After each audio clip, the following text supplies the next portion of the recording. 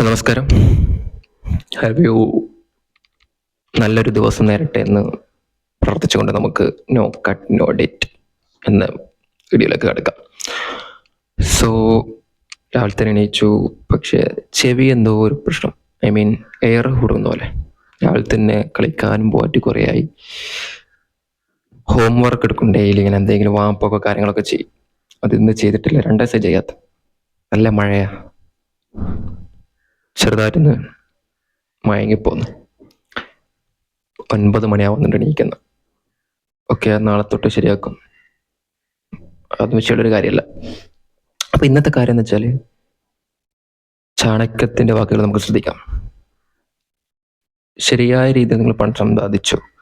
ആ പണം സമ്പാദിച്ചത് ശരിയായ വിനിയോഗം നടത്താൻ അറിയില്ലെങ്കിൽ അത് നിങ്ങൾ പഠിക്കുക തന്നെ ചെയ്യണം.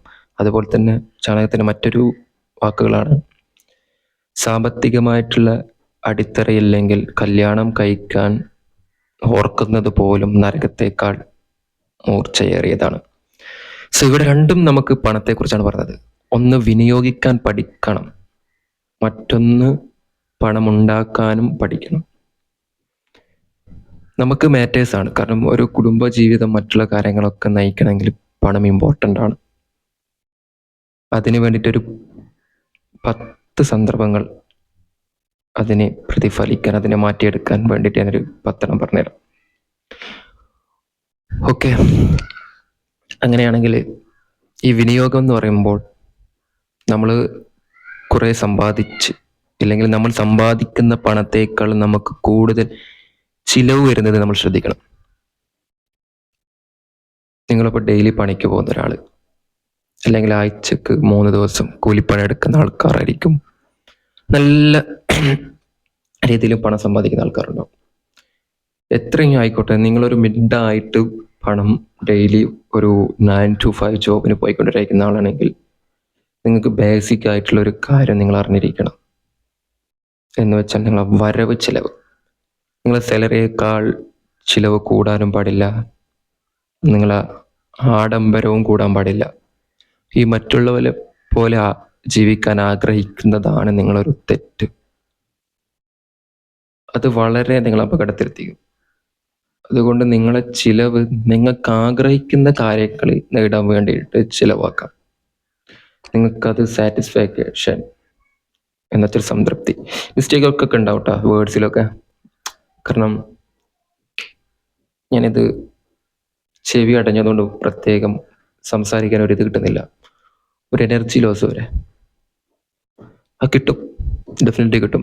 ഓക്കെ, അപ്പോൾ സാറ്റിസ്ഫൈഡ് ആവുക, നിങ്ങൾ ആഗ്രഹിക്കുന്ന കാര്യങ്ങൾ മേടിക്കുക. ചിലപ്പോൾ നിങ്ങൾക്ക് ഒരു നല്ലൊരു ഭക്ഷണം കഴിക്കണം വിചാരിച്ചോ, നിങ്ങളെ ചിലവിനേക്കാൾ കൂടുതലാണെങ്കിൽ നിങ്ങൾക്ക് തോന്നുന്നുണ്ടെങ്കിൽ അത് കഴിക്കാം.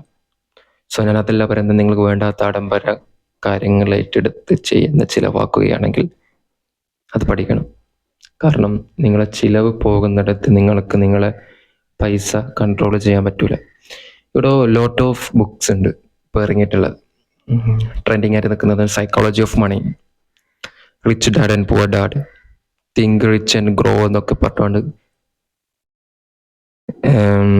ഈ ഫൈനാൻസ് എഡ്യൂക്കേഷൻ പോലത്തെ നമുക്ക് സ്വയം മണി കൺട്രോൾ ചെയ്യാനുള്ള ബുക്സൊക്കെ ഒരുപാട് അവൈലബിൾ ആണ്. ഇതിലൊക്കെ ഞാൻ വായിച്ചത് കൊണ്ട് ഞാൻ ചെറിയ ചെറിയ രീതിയിൽ ബ്രീഫ് പറഞ്ഞുതരാം. അപ്പം നിങ്ങൾ ചിലവ് കുറക്കുന്ന രീതി, നിങ്ങളെ സമ്പത്തിനെ കണ്ട് ചിലവ് കുറക്കുന്ന രീതി. കാരണം നിങ്ങൾക്കൊരു 15,000 20,000 സാലറി ഉള്ള ഒരാളാണെന്ന് വിചാരിച്ചോ മാസം. അതിൽ നിങ്ങൾക്ക് നിങ്ങളെ എവിടെയൊക്കെയാണോ ചിലവാക്കേണ്ടത് അത് മാത്രം ചിലവാക്കുക. എവിടെയാണോ നിങ്ങളെ ക്രെഡിറ്റ് കൊടുക്കേണ്ടത് അവിടെ കൊടുക്കുക.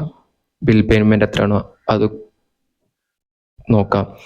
ചിലവുകൾ കുറക്കുക. സമ്പത്ത് വർദ്ധിപ്പിക്കാനുള്ള വേറൊരു മാർഗങ്ങൾ ഒരുപാടൊക്കെ ഉണ്ട്. പഴയ സമയങ്ങളിലാണെങ്കിൽ ട്രെൻഡിങ് ആയിട്ടുള്ള സംഭവമായിരിക്കും ഗോൾഡിൽ അല്ലെങ്കിൽ ബാങ്കിലൊക്കെ പണം നിക്ഷേപിക്കുക എന്ന് പറഞ്ഞത്. ഇപ്പം ഇന്നത്തെ ഒരു സാഹചര്യത്തിൽ കൂടുതൽ ആൾക്കാർ സ്റ്റോക്ക് ഷെയർസ് ഒക്കെ മേടിച്ചിട്ടാണ് പണപ്പെരുപ്പം ഉണ്ടാക്കുന്നത്. ഒരു സൂപ്പർ റിച്ച് ആയിട്ടുള്ള ആൾക്കാരാണെങ്കിൽ, ഈ വെൽത്തി സ്പേസ് ആണെങ്കിൽ റിയൽ എസ്റ്റേറ്റ്, കമ്മോഡിറ്റി അങ്ങനത്തെ വലിയ വലിയ ഇൻവെസ്റ്റ്മെന്റ് കമ്പനിയിലൊക്കെ ഇൻവെസ്റ്റ്മെന്റ് ചെയ്ത് പണം പെരുപ്പമാക്കും. നമ്മൾ ചെയ്യേണ്ടത്, നമ്മളുടെ ചെറിയ സാലറി കൊണ്ട് പണപ്പെരുപ്പ് എവിടെയൊക്കെ ഇൻവെസ്റ്റ്മെന്റ് ചെയ്യാൻ പറ്റുമോ ചെറിയ ചെറിയ ഇൻവെസ്റ്റ്മെൻറ്റ് ചെയ്യാൻ ശ്രമിക്കാം.